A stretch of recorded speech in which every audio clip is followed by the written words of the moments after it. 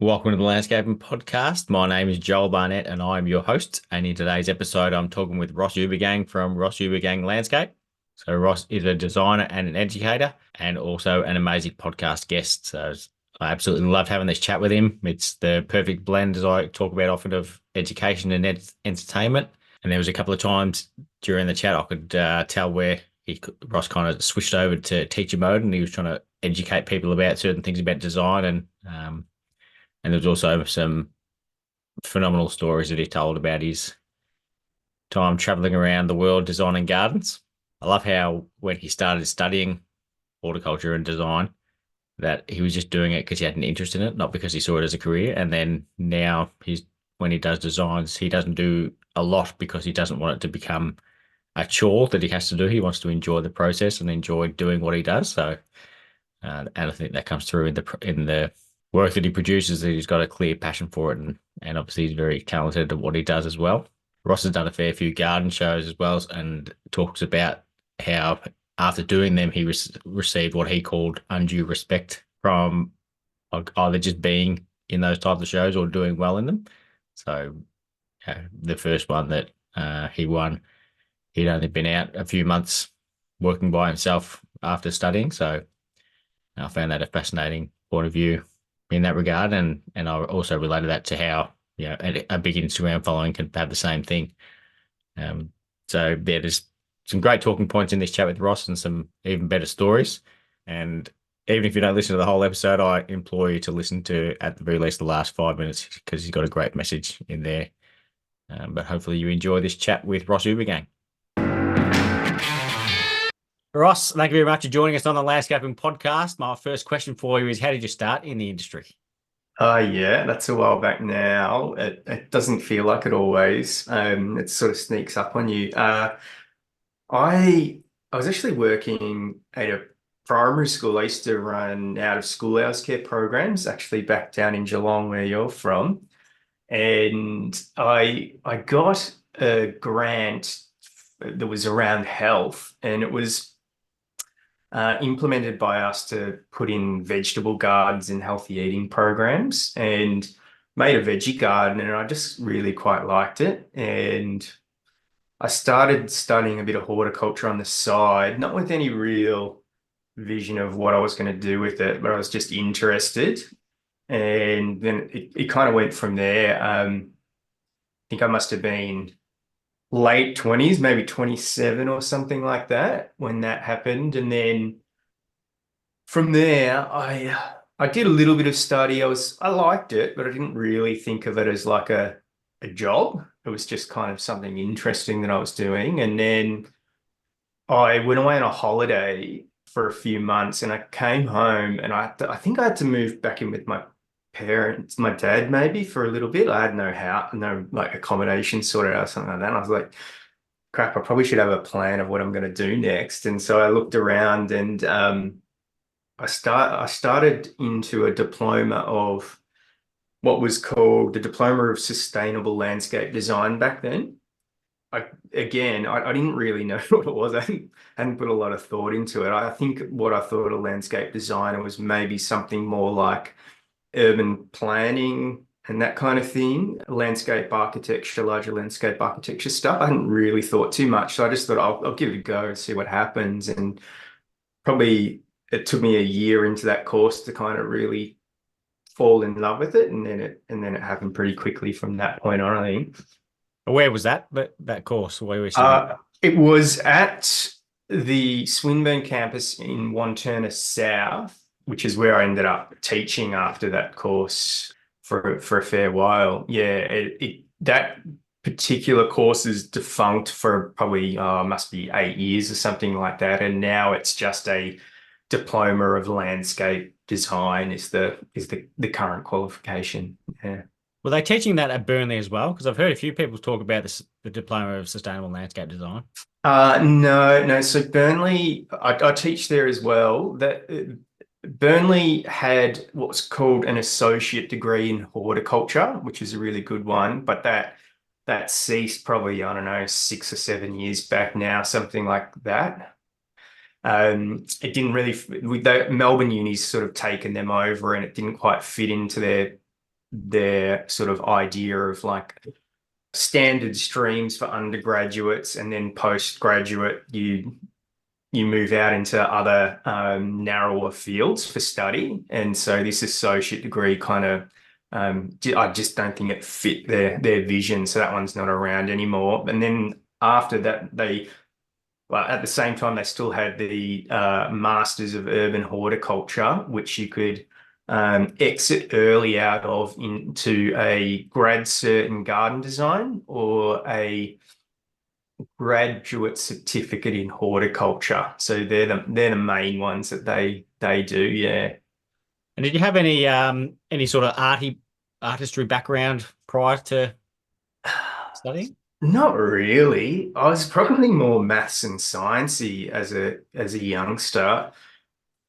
Like a lot of people, I didn't really know what I wanted to do at the end of school. I was quite a good student till about maybe year nine or something like that, and then I lost I lost that that fear that like had sort of propelled me into that point, and I think. And the last couple of years of school, I did like good units and probably appeared to be okay from the outside, but I wasn't doing a lot of work. I remember going to a maths test and I opened up my book, and the only thing for that unit that we'd been studying was a picture of a cat on a skateboard and a noughts and crosses thing. And I remember standing out the front of the class. You got to do like a cheat sheet where you could take in formulas and workings and stuff for the thing. And I went around to the other students and got them to write notes. I just pretty much said, "Oh, what do you think is most important that I should know for this test?" Then made my way in. I actually passed that test and I beat one of the people that wrote their stuff on the on the thing. That would have been horrifying for them. Yeah, but by the end of school, I wasn't that interested, I guess, and I was quite into drumming. I guess that was probably the only arty thing I'd done, and that was probably one of the things I thought about doing afterwards. And I ended up at university doing a Bachelor of Commerce by chance. I actually had a party once and I got the people who attended the party to fill out my preferences for university. And that was the first one that came up that I got into. The next one after that was beauty therapy at the Gordon Tafe in Geelong, if I didn't get into that one. So What could have been? yeah, I know. Would have been some sharp looking people in Geelong. Yeah, so yeah, it wasn't super into design. Probably music was the closest thing to it for me until I started this. And I still kind of think about of myself like that. I feel like I'm more of a I like a lot of different things, and the ability to bring them all together in one field is the good thing, and what maybe separates me from some other designers. I feel like I'm fairly practical at the same time. Yeah, diverse-ish set of skills, and I think that's really good for design. Like design, really, it's problem solving. Someone comes to you with an issue. I want that place to look better than what it does now and function with these attributes. And then you go away and you research the site and you analyze, and then you come up with conceptual work to solve that problem. And then when you're done, you communicate it back to the client and to the construction team. Yeah, and it's a big part of it is not artistic, I would say. Yeah, that's a lot of the artistic side of it is the presentation, which does make a difference in how it looks. Oh yeah, I'm really big on this with the students, is that your the product is not your piece of paper that you hand over. It's the garden at the end. Yeah, that's what they're buying from you. And it doesn't matter how good your drawings look. If it's a piece of shit garden, the idea's a piece of shit. It's gonna look like a piece of shit at the end. Doesn't matter how nice your watercolor drawing is. Yeah. And how can you set up your business and your workflow so that you spend more time finding out those issues, correcting them, and coming up with a great design rather than wasting it on things that are fairly inevitable. The documentation, yeah. Mm. So Yeah. after you finished studying, what did you start doing for work then? Look, look, you had a hand in this next part. So I think I finished studying in 2011, and I'd been working for another guy that second year of my study, and that was probably the reason I started to into it. Like that was the difference. I got to work with Paul Grant Designs, and he was probably not like anyone else I'd worked with even up till now, and was just really, I just became like his whatever he needed really. I one day I'd be doing 3D work on SketchUp or something, and the next day I'd be installing lights, and then everything in between. And that diversity was like really interesting to me. I'd not done anything that most other things I'd sort of thought about seemed very narrow. And that's like one of the things I really like about landscape, that it's not. And he was just so easy. Like, I can't work for 2 weeks. I've got exams, I'm doing assignments, whatever. No worries. I'm going to go to India for 3 months. No worries. It was just so easy to be with. Yeah, so I did that at the same time. And then I concurrently studied the landscape construction subjects. I think I completed everything except one subject in that course. I only realized last year. And then I also did a diploma of sustainability and something else at the same time. And I came out, and the first garden I ever did was with you at the garden show in 2012.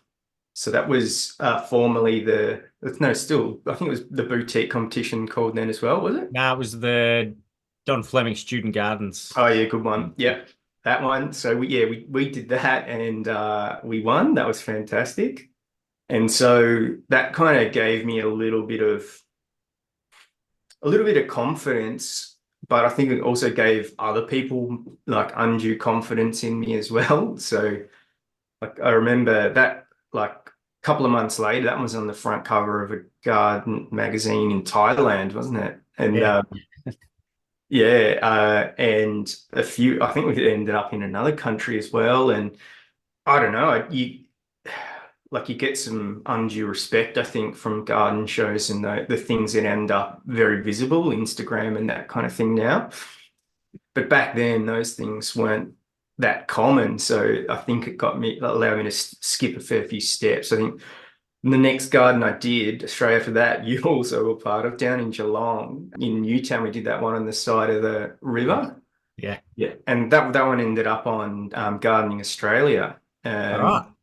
Yeah. Oh, I don't even send that to you. I don't know. You might have. It was a long time ago. Yeah. But yeah, anyway, then a couple more things like that. I felt like the first year, just everything turned to gold for me. And I got to skip a lot of steps without probably the skills yet to really back it up. And 6 months later, I think, or not even, I started teaching at Swinburne because they didn't have a CAD teacher, and there wasn't really many options back then. I had a conversation with the head of the course, and I just said, I mentioned a couple of things that I would change about the CAD class, and she goes, "Oh, would you be interested in teaching it in 3 weeks?" And and so yeah, I sort of fell into that pretty quickly, and like must be something like 12 years on now. I haven't actually done that many gardens. I've done a lot of teaching, and I've kind of done more. I kind of keep the garden design work as more of like a fun job rather than the thing that I have to rely on all the time. I've always had this thing where I'm always nervous of turning anything that I love into something too serious, so that I don't want to risk falling out of love with it. And I think that was music for me when I was a kid. I thought about studying that, and I knew it would just ruin it for me. I'd overanalyze everything, and wouldn't enjoy it so much anymore. And so I've generally not designed more than 4 gardens in a year for the majority of my career, I would say. It's just that because I was doing so few, I was able to do interesting ones. I could wait until something interested me, and I would jam them in school holidays or something like that, or do some nights and things like that. Or I'd take 6 months off from teaching and go away and do projects in another country or something like that. And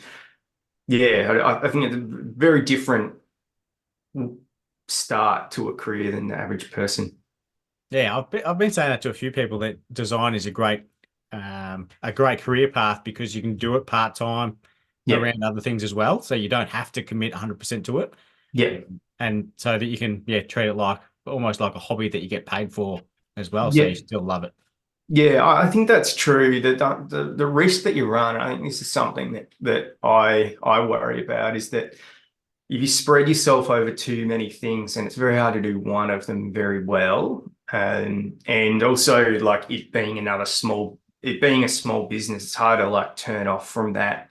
So yeah, just as long as you can manage your life, sort of having a hand in a bunch of different pies and still being, I've always been nervous about not meeting people's expectations of deadlines, and so I try to always be really upfront. And if you want something done, I'm definitely not going to be the quickest. And at one point, I would say, look, I'm interested in doing the job, but it's 9 months before I'll pick up a pen to start this. Are you comfortable with that? And that kind of weeded out some of the jobs for me because not that many people want it. And then if you do get the job, you know that the person trusts you enough to wait. And not only did they maybe trust you already, but now they trust you more that you don't need their work. You're just interested in doing it, and you've maybe made a connection or something. You feel like that you can see yourself having a good time on that job, rather than it's just something you have to do to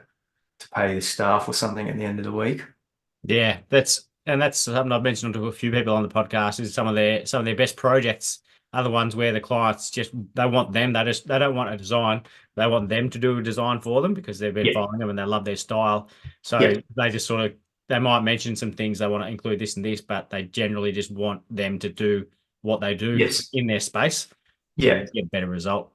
Yeah, I think so too. For me, it's been that one of the common things that people have said is like that they don't connect me to a style because I've kind of had a thing because I'm doing so few jobs. I kind of wait until there's something different and interesting to me. So like nothing really I've done more than twice ever, really. Everything's a little bit different. So I get that a little bit like it looks like you'll take a risk and do something interesting, which makes the jobs more fun. Mm. Yeah. Yeah, hearing this, it's fascinating to reflect back on that show garden you built and how like inexperienced you were with the actual design that you came up with, Yeah. and also even just the construction that you did beforehand. It's just it's it like because I was only 3 years into the business at the same time, Yeah. so I also had no idea what I was doing. Yeah. But looking back, it's just that's one of the most amazing gardens I've ever been involved with. Just I'm spewing that there's not there weren't sort of like I had my handy camera taking Oh photos. yeah. There was probably 2 megapixels or 1.2 megapixels on the phones at the time, if Yeah. that many. So it's Yeah. I'm sure there aren't a lot of photos of it because it was a phenomenal garden. Yeah, I don't have many either. I think I do have a couple of not bad ones I can probably share with you. I'm shocking at that. I've got this weird thing where I don't like that the end documentation part and spruiking myself, and I just find ways to spoil that part. Like I did one in Japan, and it went really well. And I don't think I even took a camera with me, and I didn't like just by chance someone took some photos and the organizers took some photos, but like they weren't amazing. And I was this is so stupid. And I probably did the same thing 2 more times since then at different garden shows and things like that as well. And like you'll know that I did the first posts on Instagram for 4 years, 6 weeks ago, trying to spruik. I'm looking for a part-time job. And yeah, it's just not in me. It's just not how I am, unfortunately. Yeah, I spoke to a few people about that as well. Like, 'cause they'll see how many Instagram followers I got, and they say, "Oh, you're doing really well." So it doesn't mean a thing. The amount of Instagram followers you got, like the best landscaper in the world might not even have Instagram. So it Yeah, doesn't mean you're any good just because you've got followers or post nice work. yeah, it's really true. Like you hear of companies that like only work in two streets in Toorak, Yeah. and that's it. They're booked out. They don't have a website. They don't have a yellow pages thing, anything. You just get passed down the street. Yeah. I hope they don't have yellow pages because that would not be money well spent these days. You're showing your age there. So what was it? So after you won that garden show competition, and then were you doing like a few jobs after that, or were you still sort of cruisy at that stage as well Was this the one in in the 2012? 2012? It's a bit of a blur. I think what I was doing like 6 months, 7 months of work and then going on holidays. And I'd work for Paul, who I talked about it earlier, and then I would do a handful of designs, but still wouldn't have been more than 5 or 6 in a year, I wouldn't think. And then I did a bit of teaching, and then I'd do like long holidays, but they kind of turned into work holidays after a couple of years of doing that. And I sort of had in my mind that I kind of wanted to only work for money like 2/3 of the year and then just sort of get lost in things and learn a little bit, get to experience a few things. And I probably did that for the next 3 to 4 years, I reckon, which was good. I think there's some of my fondest memories. I feel quite boring now compared to what I was then. At a couple of points in that, I was just living out of my car. I just go and visit people. I had like a fruit bowl and on the front seat and clothes hanging in the back, and then tools in the back seat of a Ford Falcon. And I'd just go around and do a bit of work. I'd stay with friends and even people I'd worked with sometimes, and then I'd go home to family in Geelong. And yeah, I was very untethered, I think, at that point. Yeah. So, and when you one of those trips you went over to Japan, was it called the Gardening World Cup or something like that? It's got a couple of names. I think it is. I've seen it written as the Japan Flower and Garden Show and the Japan Gardening World Cup. I think they do it a little bit different sometimes. It's not like it's been this consistent thing. Like the first one I went to was, I think there was about, I think it was about 32, 35 entries in it, and they were mid-sized gardens, and everyone had a similar-ish footprint, I think. And it was people from, I think it was about 20, 25 countries. So a few countries had like two entrants. Yeah, that was an amazing experience, that one. And I think it again gave me more confidence and just like got me excited about the work, I guess. Yeah. Did you get a silver medal for that? I think it was second. I don't think they had gold, silver, bronze. Okay. So I came second. I couldn't believe it. It was such a I hadn't really stopped to look at the other gardens properly and get a feeling of where I thought I was. And I'd seen some and I was like, oh, that's definitely better than what I think mine is. And we were in a real rush. I went over and you know Sean from Bayon Yeah. Gardens? Yeah, so he was my student. I think he must have been my student the year before. And he goes, "Oh, if you have anything interesting coming up, just let me know." And I said, "Oh, I'm just got in this thing over in Japan." He goes, "Yeah, I really like Japan," and bought a ticket, comes over with me. We arrived on site and had a look, and the construction wasn't great. It was like looking like it was going to blow over. And the construction team wasn't a construction team. They got pulled in at the last minute to try to help out because one of the other constructors had pulled out, and they were more like a maintenance team that did a bit of construction on the side. And so we had a look. Sean had literally just come from the airport. I think I'd been there for a day. We had a look, and then we 15 minutes later, we hopped in a car and went down to like Japan's version of Bunnings and started buying a few power tools. We came back, knocked it down, and started again. Yeah, and like partway into it, there was a typhoon. So it was off the coast and it came on, and it wasn't like as bad as what it could have been, but we were like in like ridiculous weather conditions. We had this like tarp over the top so we could work really late tonight, and everyone was real worried about us like finishing, which is pretty common with me on these garden shows sort of thing. And we didn't put plants in till the final day, just before sunset, I think. We worked through till midnight, and just it was what it was because we didn't have there was just what it had to be. And so I didn't really get to sort of reflect on how things were going as we went, because there was just no time. But it was it was fun, definitely. Yeah. And they just rock up with a second. Well, yeah, and like we had the awards ceremony. Like this whole garden show is just like another world, because it's at this Dutch replica village in the south of Japan. So I think it's probably 50, 60 years ago, someone built this Dutch replica village because there was, I think, a fair connection with the Dutch back centuries ago.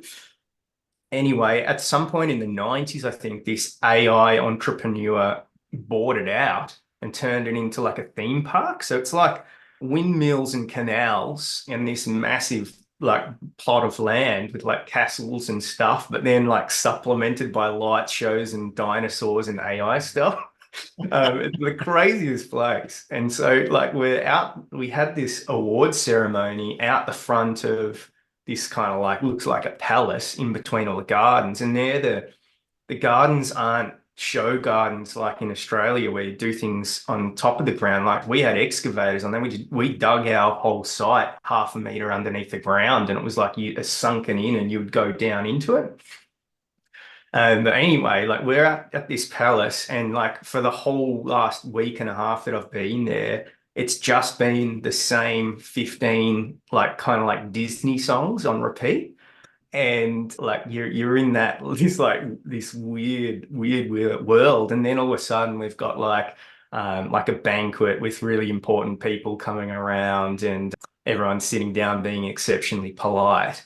And I remember I was sitting with this crew from the UK. They were actually like youthful TV presenters, did like sort of like kids gardening stuff, and they were like funny-ish. And we were having a good time together. We sort of got to know each other over the last couple of days, and I was they were starting to read out like who was the awards, and like they go like fifth, I think it was like sixth, fifth, and like everyone's just like clapping politely, and I'm like, what is going on? Like if I had just got fifth in this thing, I would be losing it. I'd be standing, jumping around, screaming. And he's like, yeah, you'll have to do that if you do. And anyway, they get to second, and they announced us. And like my name's not that common. It's not easy to pronounce just in Australia, let alone Japan. And like I wasn't sure, like, is this us? I looked to my translator. You had a translator at the show, and she's like, yeah, that's you, that's you. And we just like lost it and pretty much stood up everyone at the table, even the people that had nothing to do with us, and just started screaming and jumping. And then the person who won got announced next, and they just went back to the polite clapping, and we just seemed like Australian yobos invading Perfect. the country. Yeah, it was. Yeah, but so like I was over the moon. I didn't even really sink in. I don't think I cared. I was just so rapt to be there and meet heaps of people and get lost in it. We had a party in our garden that night, and yeah, it was a great time. And it led to so many things, and even getting there in the first place was like a collection of really interesting coincidences to even make it there in the first place. Yeah. It'd be fascinating to see how things would be like now, like if Instagram and the social media thing was around at the same time. Like it might have been around, but nothing like what it is now. Yeah. Because a lot of people wouldn't have even known that you've done that. Nah. And again, because I kind of like disappointing, but it was also nice for me. I'm not really into that kind of was able to just sort of disappear. Yeah, yeah, but yeah, it probably would have been a little bit different now. Yeah. And then you came back, and what was next after that? So did you meet Yosuke over there? So Yosuke Yamaguchi, you designed the 2017, I think it was, or 18 garden show with him. Yeah, I did. So Yosuke, I met at that garden show. He supplied one of my trees, and I went out for the day, half a day with him, like looking around at a couple of. So he's a constructor, but he's got nurseries that they use to stock the plants that go into their gardens. Bit different over there. Like he lived in a country town. Like how to describe it? It's probably only like 10 or 12 people on his construction team, but they had seven excavators and two crane trucks. They had two nurseries and they just stocked their own thing. So like he had a rock yard that was probably half the size of what you'd expect to see at like Rocks Plus or something like that, just in the back paddock, sort of at their place. And so they'd stockpile all of this stuff. So that on the day of the job, he'd go through and tie ribbons on the trees that he wanted and spray paint the rocks that were coming out. And we just pick them off and go off for that specific job. And yeah, very, very different practice. And anyway, to get it at this garden show, he took me around. I found a tree finally that we thought was good together, and we bought it back. And then he came and he gave me three toothbrushes once we got back to the show. And I'm like, what's going on here? No, it was a crepe myrtle. It was actually like three crepe myrtles that have been twisted around each other and grown up. It was quite interesting. Over there, they'd keep them in like Hessian sacks and in the ground. So he had a 20-ton excavator just sitting there at this depot, and he'd go and rip a trench, and then you'd crane the trees in. So like these trees were between like 3 and 12 meters tall. He'd crane them into this trench and then backfill it with loose soil, and there'd be wrapped hessian around it, so you could just pull them up on the day and go. And anyway, this tree that we got was three crepe myrtles, and he wanted us to sit there and use the toothbrush to shine up the bark on them.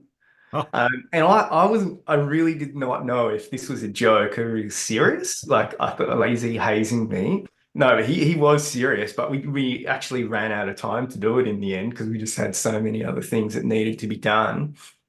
And anyway, we went to that party that night. Yosuke came along after the awards, and by the end of the night, he was behind the bar getting one of those like giant champagne bottles off the back of the shelves. And the next day, I can't remember, don't know how, but I ended up going around on like a tour to see his gardens that he'd done in the area. And from there, I don't know how we stayed in contact, but I just said, oh, wouldn't mind coming back and having a bit of a go in the garden with you guys. And I kind of went back, and I was kind of like one of their apprentices for, must have been 3 or 4 months, something like that, maybe the year after. Yeah, it was just a really interesting experience. And then we stayed in contact, and he was like, yeah, if you ever get a job that we can do together in Australia, let me know. And that garden show had asked if I wanted to do something else, I think. And so that was the first opportunity that came up. Must be 2 years on from that. Yeah, something like that. Yeah, it's Yeah. fascinating how life works, because I went to the Singapore Garden Festival in 2015, Yeah. and I've got photos of his garden that he did there, Oh, yeah. and then just coincidentally ended up working with him 2 years later. Yeah, yeah, The yeah. same day. The coincidence are crazy. Like the how I got to do that garden in Japan was I was on a it must have been the year before, maybe. So finished studying, I started doing a bit of teaching. I've been going off having holidays for a year or two, and I went to India, and I was just around, and I ended up in a town, and I was Googling landscape stuff. Is there anything interesting I can see? And there was a conference on in the like the next state over, which wasn't that far. It was just over the border. So I emailed off, can I come along? And yeah, no worries, see there. And I rocked up 2 days later, and because I was one of the few white people there, they just thought I was important. And by the end of the day, I was on the news with a Japanese lady talking about the preservation of this bird sanctuary. And that Japanese lady happened to be one of the translators for the garden show, and she sort of worked for the boss. And so a year later, she just emailed me, "Oh, are you interested in putting a garden in this show?" And then that happened from there. Crazy. Yeah, and it kept going that same holiday.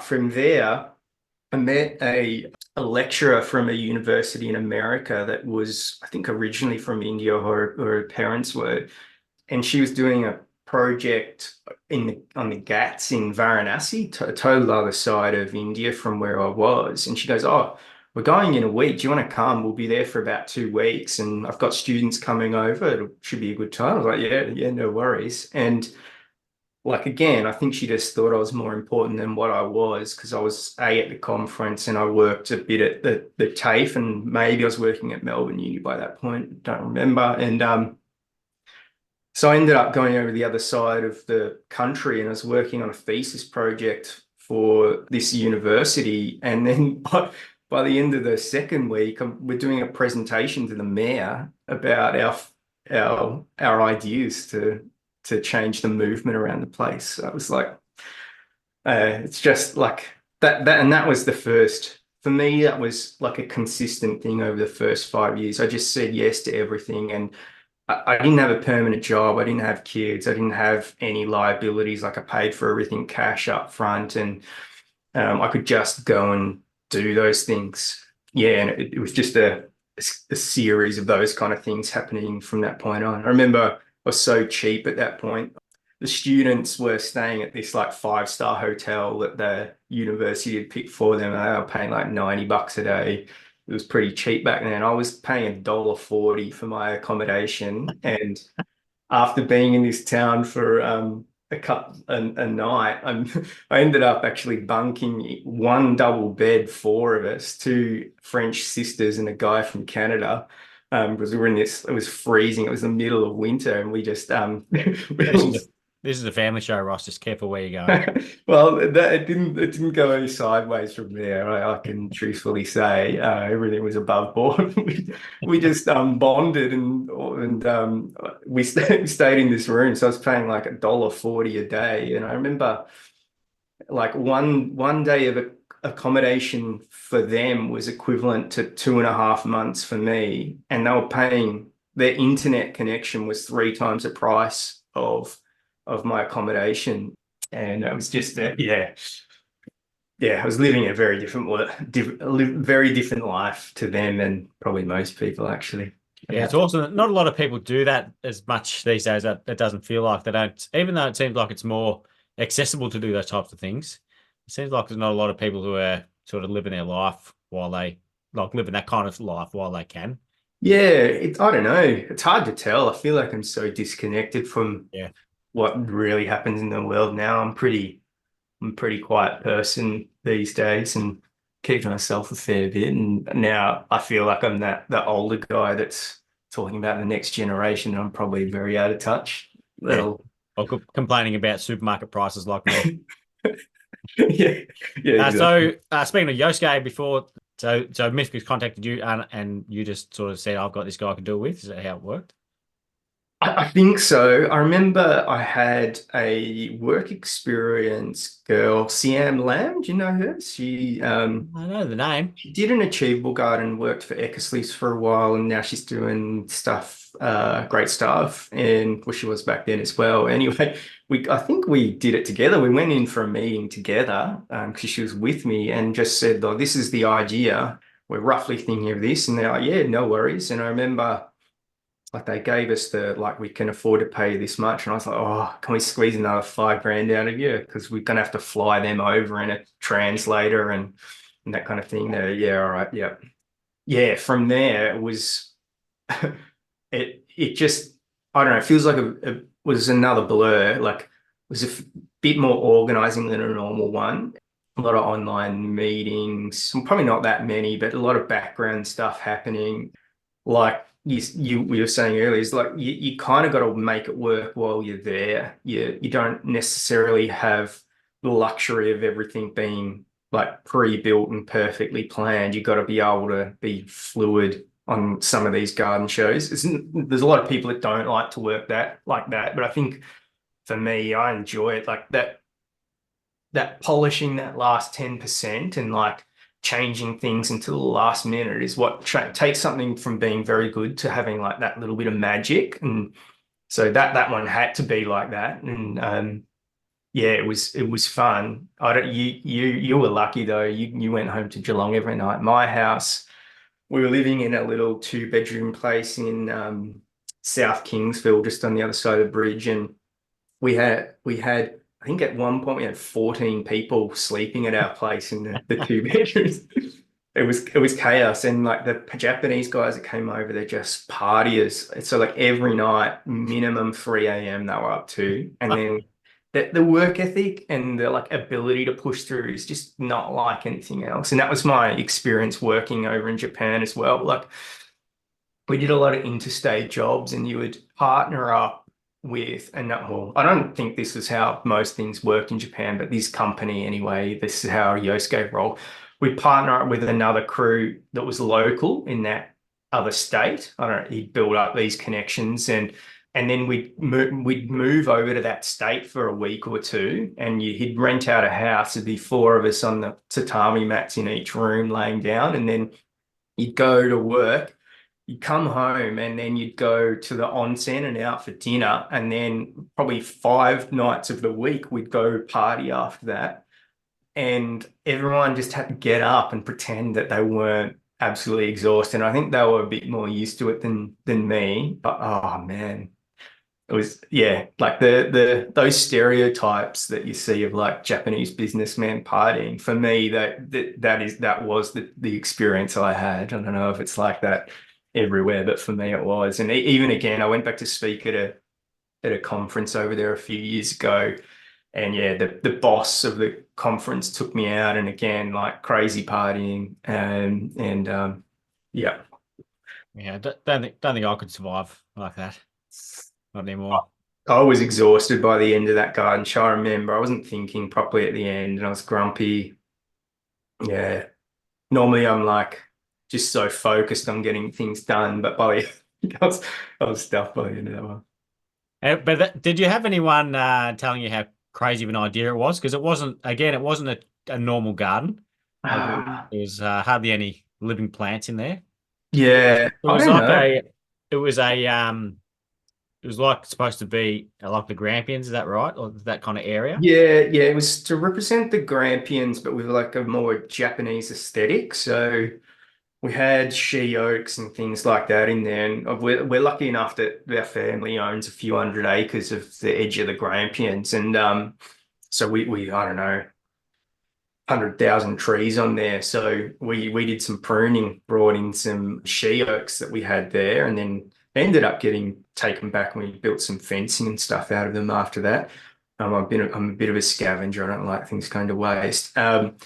And anyway, we screwed them onto the subframe, most of them. We had some stands that we popped some in. And yeah, I remember, I don't think it seemed that bizarre to me in advance, but getting the feedback from other people at the show, I think a lot of people were shocked that that was how we did it. And I remember we also put a lot of flowers under the she oaks, and we just dug up stuff, and I didn't care that it looked ratty, like it was half dead. There were insect infestations on it, and I wanted it to look like stuff like fighting for its life underneath she oaks. And like the judges didn't see the appeal of that in the same way that I did. Yeah, it's one of those things that you can do something that's phenomenal, but it doesn't meet. There's nothing on the judging criteria that there's no box that ticks. Yeah, So it's so true. And from having taught a lot now, it's very rare that my favorite assignment is the one that gets the highest marks. If you open up, like, you want to do an assignment well, you open up the rubric, which states what the assessor's looking for, and if you stick to that, you can do pretty well. Like I did a master's of landscape architecture once I'd already started working, and like I did a couple of master's units in under a week, and I just opened up the assignments and read the assessment sheets. And I was so used to marking assignments now that I could just follow the process and make sure I did everything they wanted and got through unscathed. And it's the same for the marking. The judges can't work outside the marking sheets too well, and it's very hard to write a marking sheet that's good. In the same way, it's very hard to regulate an industry and write good guidelines and bylaws and all of that kind of thing. Yeah, when you take something artistic or organic and you turn it into a checklist, you immediately probably get rid of the worst. You get rid of the people that probably shouldn't be there in the first place that aren't going to meet those minimum benchmarks. But you also get rid of the magic. And you see this when councils put out their landscape guidelines. They to make it something that's not a novel, that they have to make things black and white. It should probably be grey. Yeah. Mm. Yeah, there's a lot of things like that where if yeah, it's exactly like you said. They have to have boxes to tick and a guideline to meet, but someone could make something that doesn't meet those guidelines but is absolutely perfect, Yeah. but because it doesn't tick their boxes, you can't do it. Yeah, that's it. And like you see this at the council, like say you might see a landscape guideline that says minimum mulching depth 75 millimeters, plant density must be 100% in all allocated areas. And so that completely takes out someone doing like an arid garden with like plants with negative space between them. And so now it's the job of the designer to sort of justify this to the council. Like you don't know whether the person looking at your plans, like they were on work experience 3 weeks ago, or whether they're covering for someone from another department. And like, yeah, it's not easy. Like all of these things, like the people that come into it with really good intentions, and it's just that it is impossible to to really cover everything in a way that incorporates wisdom, but also gets rid of all the awful jobs that the lower end of the market's going to serve up. Mm. Yeah. So what are you doing now with this with yourself? Look, I'm actually looking for another job. I was working last year, Swinburne, the Department of Horticulture closed down. So that was landscape design, landscape construction, conservation, horticulture, and few people took redundancy packages, so I took over a lot of the work in there in that last bit, and now it's closed. I kind of had a bit of a break for this last little bit, and I've just been doing private jobs. And I still work a bit at Melbourne Uni, the Burnley campus, and a little bit at the London College of Garden Design. But I probably need to start doing something. And I've got a young family. If anyone out there needs a Ross 3 days a week or less, and either lives exceptionally far from the city or needs stuff done remotely, I'm the guy. And That's a good thing though, is a lot of like my landscape architect basically works remotely. So yes, it's yeah, really easy to do. And if you have to visit a site, you can do that. You can visit a site once every few weeks if you need yeah. to. Yeah, I was on a really good wicket previously where for Swinburne, I'd set up one of the courses I was teaching to be online 2 to 3 weeks and then 1 week of workshops. And so I'd go stay home for 2 or 3 weeks, then I'd line up 4 classes in person and go and do like a quote and go and visit some stores and check in on someone, learn something new all in that 1 week. And then I'd stay down there and then come back home, back out to, I'm out between Castlemaine and Dalesford in a little town called Sandon, 68 people out here. And yeah, and then I'd go home and hop on the internet. And I actually really enjoyed the classes. Like I wasn't sure it was going to be how it was exactly going to work, but I found that particularly in the design subjects, I had better results online than I did in person.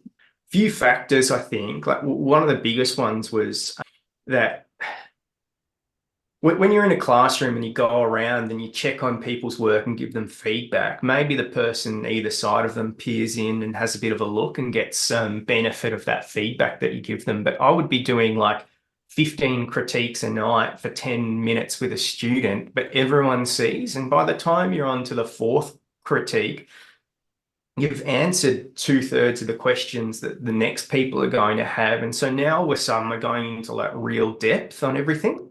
And like I think I take the online stuff a little bit more seriously. You can't see in here now, but I've got cameras set up around here over a drawing board. I've got it's called, I don't know what you call it.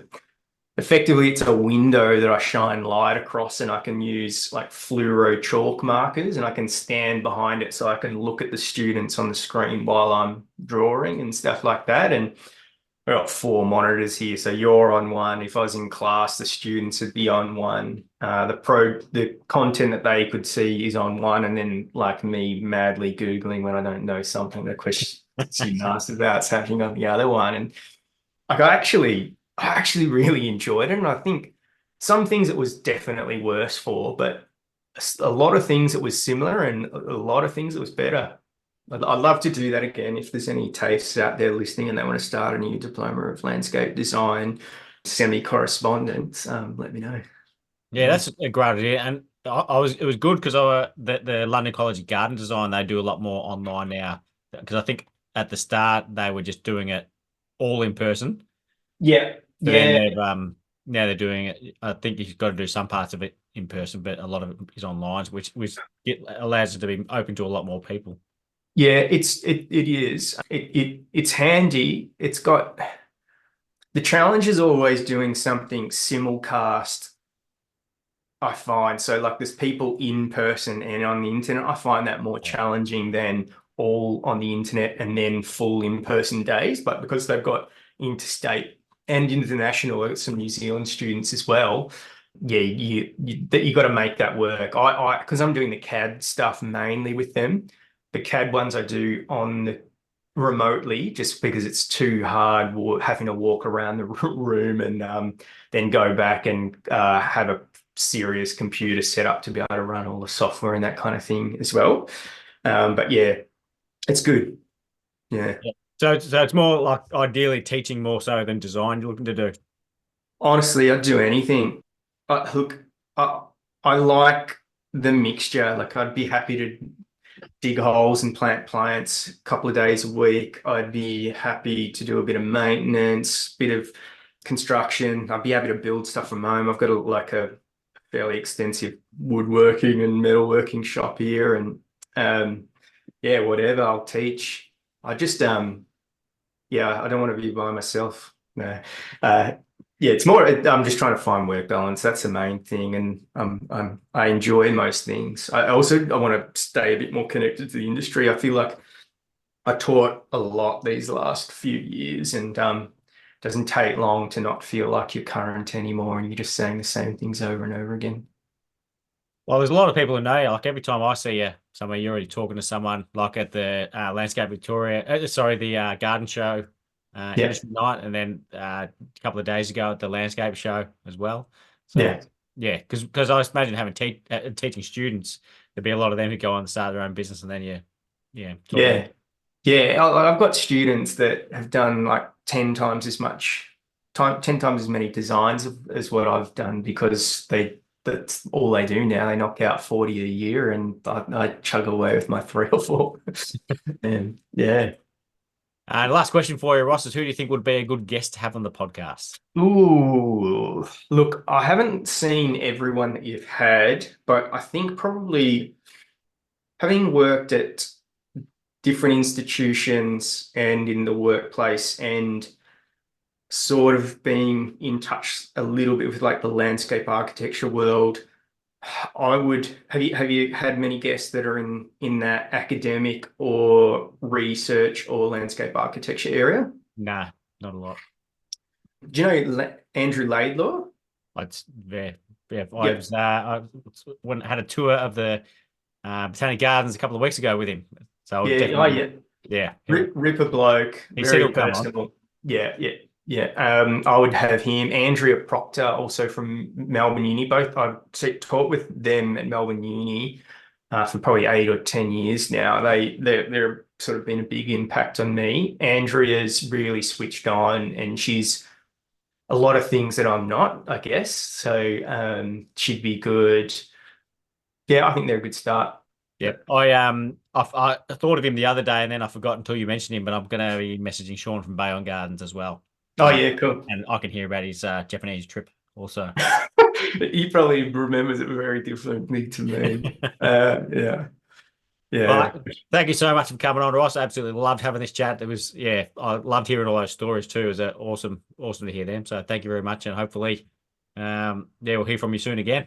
Yeah, thanks very much. And sorry we went on a lot of tangents, didn't talk a lot about gardens. And I'll just say, yeah, anyone out there that old students and people who don't know me, if you ever need anything, just contact me. I really enjoy it. Give us a call, have a chat. Now I'm not teaching as much. I don't sort of get that human contact. Yeah, but I think one of the great things about this industry is that we're generally a friendly bunch and lean on each other. Generally people are willing to go out of their way, and yeah, don't be scared to say hello to people and ask for a hand when you need it. That's what separates this from, accounting.